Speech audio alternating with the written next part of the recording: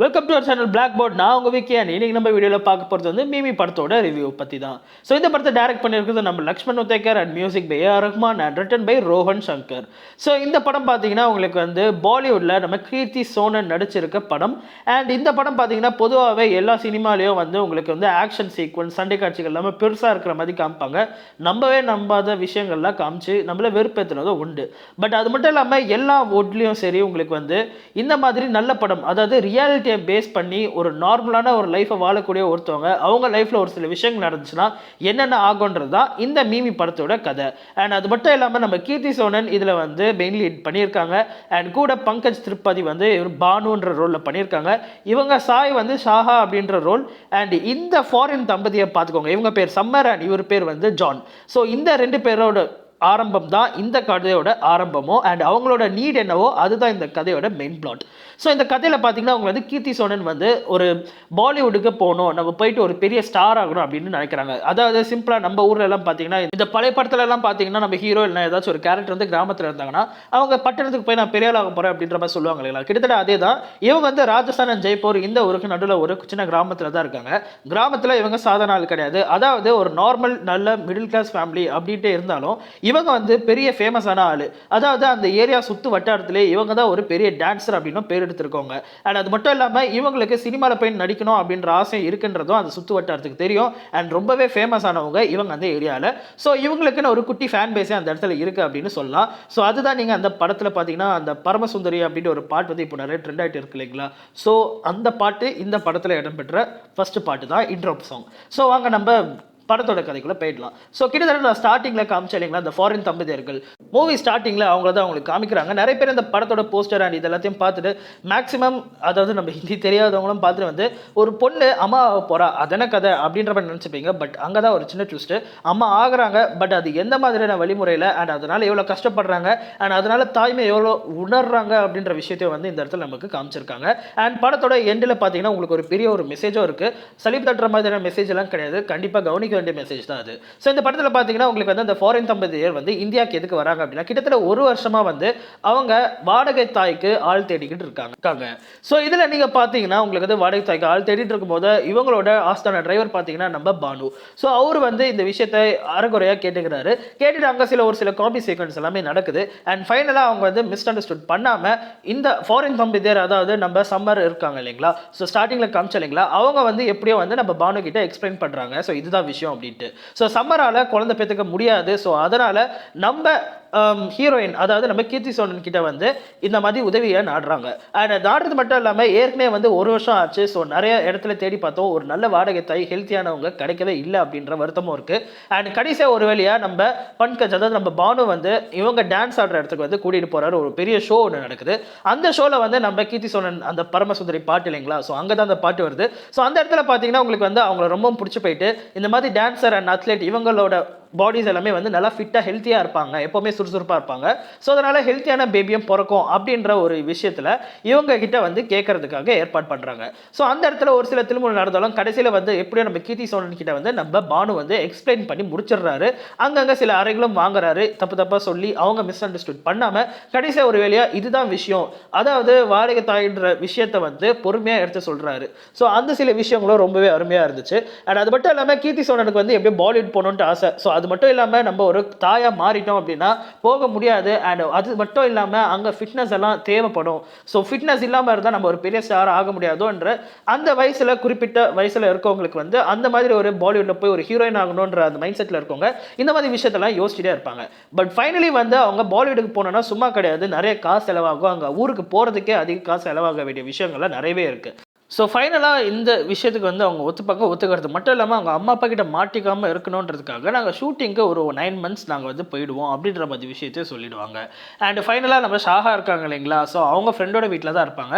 அவங்க வீட்டில் வந்து அவங்க ப்ளஸ் அவங்களோட அப்பா மட்டும் தான் இருப்பாங்க. அவங்க அப்பா எப்போவுமே மசூதியிலே தான் மேக்ஸிமம் ஸ்பெண்ட் பண்ணுவார் அப்படின்ற விஷயத்துக்காக ஃபைனலாக அவங்க முஸ்லீம் சொந்தக்காரங்களை அவங்க வந்து வீட்டுக்குள்ளே வராங்க. அண்ட் சந்தேகப்படக்கூடாதுன்றதுக்காக அவங்களோட ஹஸ்பண்ட்ன்ற ரோலில் வந்து நம்ம பானு வந்து நடிக்க சொல்லிடுவாங்க. ஸோ அது மட்டும் இல்லாமல் பேன் இண்டியா மூவியாக இந்த படத்தை அவங்க ரிலீஸ் பண்ணியிருக்கலாம். ஏன் அப்படி சொல்கிறேன்னா ஒரு லாங்குவேஜில் அடுத்தடுத்து ஹீரோயின்ஸை வந்து இந்த ரோலை வந்து பண்ண வைக்கிறது பதிலாக மேக்ஸிமம் ப்ரொடக்ஷன் கொஞ்சம் பார்க்காம கொஞ்சம் பேன் இண்டியா மூவியாக ரிலீஸ் பண்ணிங்கன்னா ஒரிஜினாலிட்டி மாறாமல் இருக்குன்றதுக்காக சொல்கிறேன். ஸோ இந்த இடத்துல பார்த்தீங்கன்னா வந்து உங்களுக்கு ஓகே நான் வந்து உனக்கு ஒரு சின்னதாக ஒரு பேமெண்ட் தரும், ஸோ வாடகை நீங்கள் சும்மா இருக்க வேணாம் அப்படின்னு சொல்லவும் ஓகேன்னு அக்செப்ட் பண்ணிக்கிறாங்க. ஒரு 9 months தானே அப்படின்ற மாதிரி விஷயத்துக்கு வராங்க. ஆரம்பத்தில் என்னதான் இவங்க வந்து ஒரு காமெடியாக அந்த விஷயத்தை வந்து ஜஸ்ட் பணத்துக்காக மாதிரி ஏற்றுக்கிட்டாலும் படம் போக போக வந்து இவங்க தாயின் பாசம் இந்த தாயின் அரவணைப்பு இந்த மாதிரி விஷயத்த கேரக்டர் டெவலப்மெண்ட்ல கொஞ்சம் கொஞ்சமாக அங்கங்கே காமிச்சிருப்பாங்க. அண்ட் அது மட்டும் இல்லாமல் இந்த படத்தில் பார்த்தீங்கன்னா இப்படியே ஸ்மூத்தாகவே போயிட்டு இருக்கப்போ திடீர்னு ஒரு சோகம் ஃபாரின் தம்பதியர் வந்து டாக்டரை மீட் பண்ணுறப்போ திடீர்னு ஒரு செக்கப்பில் வந்து குழந்தை இந்த மாதிரி டிஃபெக்டோட இருக்கு, அதாவது டவுன் சிண்ட்ரோமில் தான் பிறக்கும் உங்களுக்கு குழந்தை, நீங்கள் எவ்வளோ கேர் பண்ணாலும் இப்படி தான் அப்படின்ற மாதிரி சொல்லி விட்டுருவாங்க. ஸோ அவங்க மனசொடிச்சு போயிட்டு அழுதுட்டு ஃபாரினுக்கு ஒரேடியாக கிளம்பி போகிற மாதிரி சொல்லுவாங்க. இந்த இடத்துல நம்ம பானு வந்து அவங்களை தடுக்க பார்ப்பாங்க, உங்கள் குழந்தை நீங்கள் பெற்று எடுத்துகிட்டு போயிடுங்க அப்படின்ட்டு, நாங்கள் ஏழைங்க நீங்கள் காசை தூக்கி போட்டால் என்ன வேணால் பண்ணிடலாம் அப்படின்ற விஷயத்தையும் அந்த இடத்துல மென்ஷன் பண்ணி கொஞ்சம் பாவமாக தான் கேட்பாரு. பட் அதே நேரத்தில் நீங்கள் யோசிக்கலாம் அப்போ முன்னாடி எது காசு வாங்க அப்படின்ட்டு. ஸோ காசு வாங்கின விஷயம் அண்ட் இப்போ இந்த டைலாக் சொல்கிற விஷயமோ நீங்கள் படத்தை பார்த்தீங்கன்னா உங்களுக்கு கிளியர் அண்ட் கட்டாகவே உங்களுக்கு புரிஞ்சுப்பீங்க. ஆனால் அது மட்டும் இல்லாமல் இந்த இடத்துல வந்து அபார்ட் பண்ணிடுங்க அப்படின்னு சிம்பிளாக சொல்லிட்டு போயிட நம்ம கீர்த்தி சோனனுக்கு தெரிஞ்சு போய் அவங்க பஸ்ட் அவுட் ஆகிடுறாங்க. ஸோ கடைசியாக அவங்கள வந்து தேடி போய் பார்த்தாங்கன்னா ஹோட்டலில் ஆள் இல்லை, ஸோ ஆல் எஸ்கேப். ஸோ இப்படியே வச்சிருக்க முடியாது. அது மட்டும் இல்லாமல் முன்னாடி நான் சொன்ன மாதிரி அவங்க வந்து முஸ்லீம் அண்ட் பர்தா போட்டு தான் சுற்றிட்டு இருக்காங்க அப்படின்ற விஷயமும் உங்களுக்கு நான் சொல்லியிருந்தேன் இல்லைங்களா. ஸோ இவங்களை தேடுற கேப்பில் வந்து அந்த பதட்டத்தில் அவங்க பர்தா எதுவுமே போடாமல் நார்மல் ட்ரெஸ்லேயே வந்து வெளியில் வந்துருவாங்க. ஸோ கீர்த்தி சோனன் அதாவது இவங்க தான் வந்து ப்ரெக்னெண்ட்டாக இருக்காங்க அப்படின்ற விஷயமும் தெரிஞ்சு போயிடுது. அண்ட் ஊர் முழுக்க தெரிஞ்சு போன பிறகு வீட்டுக்கு போகிறாங்க. வீட்டுக்கு போகிற இடத்துல வந்து அவங்க அம்மா அப்பா வழக்கமாக நம்ம ஃபேமிலியில் எப்படியோ இந்த மாதிரி ஒரு பொண்ணு கல்யாணம் பண்ணாமே ப்ரெக்னென்ட் ஆகிட்டு வந்துட்டானா எப்படி இருக்குமோ அதே மாதிரி விஷயங்கள் எல்லாமே அங்கே நடந்துட்டு இருக்கு. அண்ட் கடைசியில் வேறு வழி இல்லாமல் நம்ம பானு தான் இதுக்கு அப்பா அப்படின்ற மாதிரி விஷயத்தை காமிக்கிறாங்க. அதே நேரத்தில் வீட்டில் வந்து இவனை மாப்பிள்ள அப்படின்ற மாதிரி ஒரு சில விஷயம் சொல்கிறாங்க. ஸோ 42 வயசான நம்ம பங்கஜ் அதாவது பானுக்கு வந்து ஏற்கனவே ஒய்ஃப் இருக்குது, பட் குழந்தை பெற்றுக்காமல் இருக்காங்க. ஏன்னா அவங்க குடும்ப சூழ்நிலை வந்து நம்ம நல்லா ஒரு சம்பாத்தியத்தில் இருந்த அப்புறமா தான் நம்ம குழந்தைய பெற்றா ஒழுங்காக படிக்க முடியும் அந்த சூழ்நிலையில் அவங்க இருக்காங்க. ஸோ இந்த இடத்துல பார்த்தீங்கன்னா அவங்க டெல்லியில் இருக்காங்கன்றதுனால இங்கே நம்ம பானு வந்து ஓரளவுக்கு பேசி சமாளிச்சுட்டு இருப்பாரு.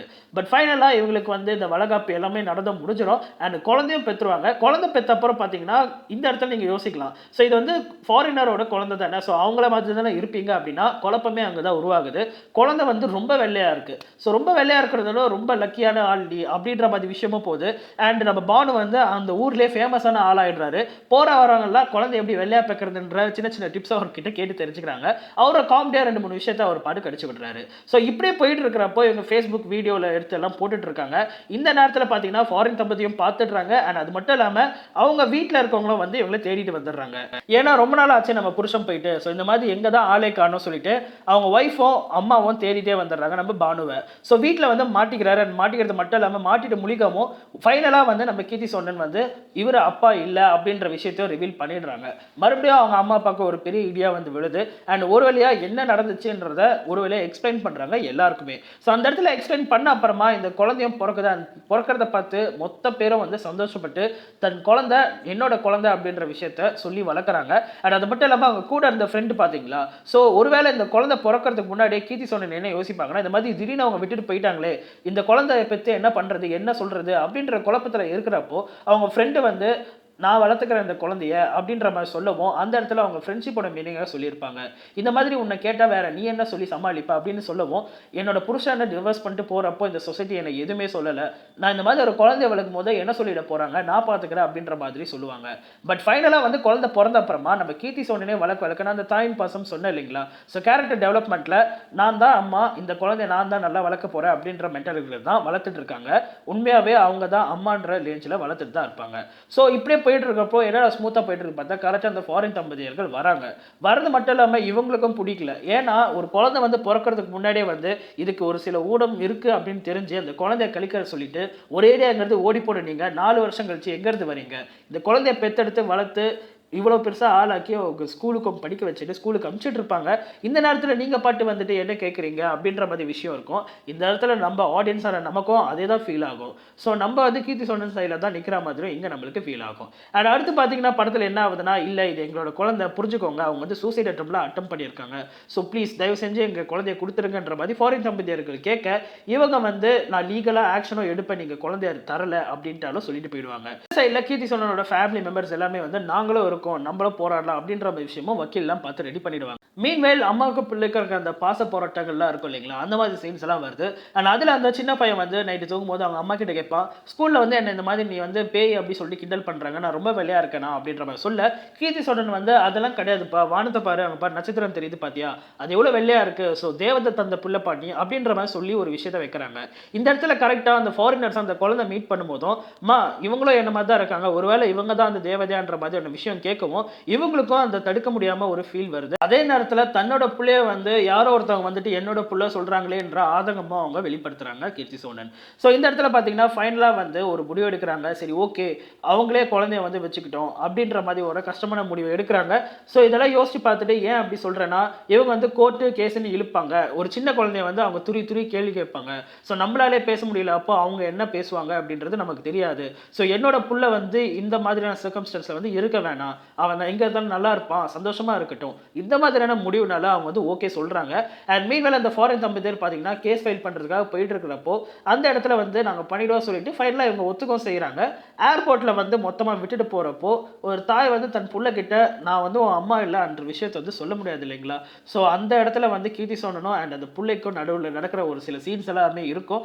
அண்ட் ஃபைனலாக வந்து அந்த குழந்தைய ஏர்போர்ட்டில் ட்ராப் பண்ண வரப்போ பார்த்தீங்கன்னா அங்கே தான் ஒரு பெரிய ட்விஸ்டோட வைக்கிறாங்க. ஸோ அங்கே பார்த்தீங்கன்னா அந்த அம்மா, அதாவது நம்ம சம்மர் இருக்காங்க இல்லைங்களா, அந்த ஃபாரின் தம்பதியர் அமெரிக்கன் கப்பல். ஸோ அவங்க அந்த தம்பதியர் வந்து என்ன சொல்றாங்க அப்படின்ட்டா, ராஜ் உன்னோட புள்ள தான், நீ தான் அவனோட அம்மா அப்படின்ற விஷயத்த சொல்றாங்க. அண்ட் இந்த இடத்துல பார்த்தீங்கன்னா ஃபாரின் தம்பதியர் வந்து அந்த கேஸ் கொடுக்குற சமயத்தில் வரப்போ ஒரு ஹோமை வந்து பார்க்குறாங்க. அந்த இடத்துல ஒரு குழந்தை வந்து கேட்டில் அழுதுட்டு இருக்கு. ஸோ அந்த இடத்துல ஒரு சில வரிகள்லாம் வரும், ரொம்பவே நல்லா இருக்கும். ஸோ அந்த இடத்துல வந்து இவங்க வந்து ஒரு பிள்ளையை தேடிட்டு இருக்காங்க. அண்ட் அந்த பிள்ளை வந்து வீட்டை தேடி அழுதுட்டு இருக்க மாதிரியான ஒரு சம்பவம் நடக்குது. ஸோ அந்த குழந்தைய அப்பவே வந்து அவங்க தத்தெடுத்துப்பாங்க. ஸோ தத்தெடுத்துட்டு மட்டும் இல்லாமல் இந்த குழந்தைய தான் நாங்கள் வளர்க்க போகிறோம், இதுதான் இனிமேல் என்னோட குழந்தை, இவ தான் அப்படின்ற மாதிரி சொல்லிட்டு அந்த இடத்துல வந்து மறுபடியும் ஒரு சின்ன சின்ன சீக்வன்ஸ், அதாவது மறுபடியும் அந்த தாய் பாசம் பிள்ளை பாசம் எல்லாமே உங்களுக்கு நடந்துட்டு இருக்கும். அதெல்லாம் வந்து சலிப்பு தட்டும் தன்மையாக கண்டிப்பாக இருக்காது. இது போக தாய் பாசத்தை யாருன்னா சலிப்பு தட்டுறாங்க அப்படின்னா சொல்றதுக்கு ஒன்றும் இல்லை. ஸோ ஒரு பக்கம் வந்து இந்த ஃபாரினர்ஸ் வந்து என்ன இருந்தாலும் இது எங்களோட குழந்தைன்ற மாதிரி அவங்க குழந்தைக்கு ஆசைப்படுறதோ, அண்ட் இந்த பக்கம் பார்த்தீங்கன்னா நம்ம கீர்த்தி சோழன் வந்து குழந்தைய மொத்தமாக விட்டு போனதுக்கு அப்புறமும் அந்த குழந்தைக்கு ஏதோ டிஃபெக்ட் இருக்கு தெரிஞ்ச அப்புறமும் குழந்தைய பெத்தெடுக்கிறது மட்டும் இல்லாமல் குழந்தைய நல்லபடியாகவும் வளர்த்துட்டும் இருக்காங்க. ஸோ இந்த இடத்துல வந்து நம்ம டேரக்டர் வந்து ஒரு டச்சிங்கான ஒரு சீன் டைலாக் வச்சிருப்பாரு. ஸோ இது என்னன்னா, தன் சொந்தமாக குழந்தை பெற்று தான் ஒரு தம்பதியர் வந்து பெற்றோராக இருக்கணுன்ற அவசியமும் கிடையாது, அதே நேரத்தில் குழந்தை பெற்று தான் நம்ம நல்ல ஒரு பெற்றோர் அப்படின்ட்டு ப்ரூவ் பண்ண வேண்டிய அவசியம் கிடையாது அப்படின்ற விஷயத்த சொல்லியிருப்பாங்க. லைட்டாக கேட்கறதுக்கு டங் ட்விஸ்டர் மாதிரி தான் இருக்கும். பட் முதல் சொன்னது கீர்த்தி சோழனுக்கும், ரெண்டாவது சொன்னது வந்து அந்த சம்மர் அண்ட் ஜான் தம்பதியருக்கும் பொருந்தும். இதை நீங்கள் படம் பார்த்தீங்கனாலும் அண்ட் இந்த வீடியோ நீங்கள் ஸ்கிப் பண்ணாமல் பார்த்தீங்கனாலும் உங்களுக்கு கண்டிப்பாக புரிஞ்சிருக்க சான்ஸ் இருக்கு.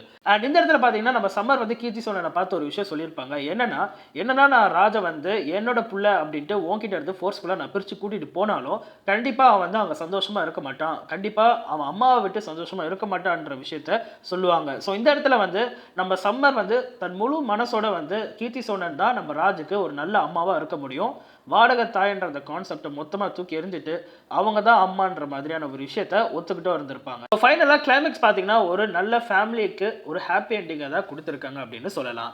அண்ட் ஃபைனலாக வந்து நம்ம தாரா, அதாவது அவங்க தத்தத்த பிள்ளைக்கு வந்து தாரான்னு பேர் வச்சிருப்பாங்க. நம்ம கீர்த்தி சோழன் வந்து ராஜ் கிட்ட வந்து ஓகே தாராக்கு பாய் சொல்லு அப்படின்ற மாதிரி விஷயமும் சொல்லிட்டு அங்கிருந்து கிளம்புவாங்க. அண்ட் இந்த இடத்துல பார்த்தீங்கன்னா தன் குழந்தைய வளர்த்த கீர்த்தி சோழனா இருக்கட்டும் சரி, அண்ட் அவங்க குடும்பத்தில் இருக்க எல்லா நம்பர் இன்க்ளூடிங் பானு அண்ட் அவங்களோட ஒய்ஃபு அண்ட் அவங்களோட ஃப்ரெண்டு எல்லாருமே வந்து தன் ராஜை வந்து நம்ம கிட்ட இருந்து பிரித்து எடுத்துகிட்டு போகிறாங்கன்ட்டு எல்லாருமே வந்து ரொம்ப சோகமாகவும் இருப்பாங்க. அண்ட் அது மட்டும் இல்லாமல் இவன் தன் புள்ள தான் அப்படின்ட்டு ஒட்டுமொத்த ஃபேமிலியுமே ஒன்றா சேர்ந்து போராடுற விஷயமும் நினைக்கிற விஷயங்களும் சரி ரொம்பவே ஹார்ட் டச்சிங்கான மூமெண்ட்டாக தான் இருக்கும். ஸோ ஃபைனலாக வந்து ஒரு நல்ல ஒரு குட் பை சொல்கிறப்போ அந்த சம்மர் ஜான் தம்பதியர் வந்து தத்தெடுத்திருப்பாங்க இல்லைங்களா, அந்த பொண்ணோட பேர் வந்து தாரான்னு பேர் சூட்டியிருப்பாங்க. அண்ட் இந்த இடத்துல வந்து நம்ம கீர்த்தி சோழன் வந்து நம்ம ராஜ் கிட்ட வந்து ஓகே தாராக்கு பாய் சொல்ல அப்படின்ற மாதிரி சொல்லிட்டு கிளம்பும்போது அந்த பையன் வந்து ஆண்டி அங்கிள் நான் வந்து ஃப்ளைட்டில் போனோம் அப்படின்ட்டு நம்ம சம்மர் அண்ட் ஜானை பார்த்து சொல்லவும் பின்னாடி நம்ம பானு வந்து சிரிச்சுக்கிட்டே ஒன்றும் இல்லைடா கண்ணா, நம்ம காரில் ஏறி உட்கார சீட் பெல்ட்டை போட்டுக்க, நானே ஃப்ளைட் மாதிரி சும்மா காரை எப்படி பறக்க வைக்கிறேன் பாரு அப்படின்ற விஷயங்கள் எல்லாமே ரொம்பவே அந்த இடத்துல நீங்கள் அந்த படத்தை பார்க்கும்போது அந்த சீன்ஸ்க்கும் இந்த டயலாக்ஸ்க்குமே வந்து ரொம்பவே டச்சிங்காக இருக்கும். அதை நீங்கள் படம் பார்க்கும்போது ஒரு ஒரு கேரக்டரோட ஃபேஸ் எக்ஸ்பிரஷன்லேயும் உங்களுக்கு வந்து தெரியப்படுத்தியிருப்பாங்க. அண்ட் ஃபைனலாக இந்த படம் பார்த்தீங்கன்னா உங்களுக்கு இப்போ நான் இந்த படத்தை பார்த்து பேசுகிறேன் அப்படின்ற காரணம் வந்து மேபி நான் பார்த்துருக்கலாம். அண்ட் எங்கள் அம்மாவும் இந்த படத்தை வந்து வைக்க சொன்னாங்க. ரெண்டாவது நம்ம சேனலில் ஒரு சப்ஸ்கிரைபர் பார்த்தீங்கன்னா இந்த படத்தை பார்த்து நீங்கள் ஏன் ரிவ்யூ பண்ணக்கூடாது அப்படின்ட்டு கேட்டார். ஸோ இப்போ நீங்கள் பார்த்துட்டு இருக்க நியூஸ் பார்த்தீங்கன்னா, நான் சொன்ன ஒரு முக்கியமான விஷயம் வீடியோ ஸ்டார்டிங்கில் சொல்லியிருப்பேன். அரவுண்ட் வேர்ல்டு, அதாவது உலகத்தில் 150 மில்லியன் அவங்க தாய் தந்தை பெற்றோர் இல்லாத ஒரு குழந்தைகள் வந்து இருக்கிறதாவும் ஒரு கணக்கெடுப்பு இருக்கு. அண்ட் அது மட்டும் இல்லாமல் அவங்க மொத்தமாக ஒரு நாடாக சேர்ந்தாங்கன்னா உலகத்திலேயே அதிக தொகை வந்த நாடுன்ற பட்டியலில் 9வது இடத்த பிடிப்பாங்க அப்படின்ற ஒரு கணக்கெடுப்பும் இருக்கு. ஸோ இவ்வளோ இடத்துல வந்து குழந்தை பிறக்காத வரம் கேட்டுட்டு இருக்காங்க அண்ட் கோயில் கொண்டு போயிட்டு இருக்காங்க. அண்ட் அது மட்டும் இல்லாமல் எங்கெங்கேயோ நடக்கிற ஒரு சில தவறுகள்னால இந்த மாதிரி தன் குழந்தைகள் வந்து தாய் தந்தை இல்லாமல் ரொம்பவே கஷ்டப்பட்டு வளர்றாங்கன்றதையும் இந்த படம் வந்து நமக்கு உணர்த்தியிருக்காங்க. எவ்வளோ படங்கள் வந்து கொஞ்சம் ஓவர் ஃபேமஸ் ஆகும்போது இந்த மாதிரியான நல்ல கதைகளும் வந்து ஃபேமஸ் ஆனால் நல்லா தான் இருக்கும். ஸோ வீடியோட எண்ட் செக்ஷனுக்கு வந்தாச்சு. அண்ட் இவ்வளோ நேரம் நம்ம வீடியோவை பார்க்குறீங்கன்னா ரொம்ப நன்றி மக்களே. வீடியோ பிடிச்சிருந்துச்சுன்னா லைக் பண்ணுங்க. அண்ட் அது மட்டும் இல்லாமல் மேலே தெரியுற இந்த வீடியோஸை செக் பண்ணி பார்க்க மறந்துடாதீங்க. நான் உங்கள் விக்கி. Stay safe. நன்றி.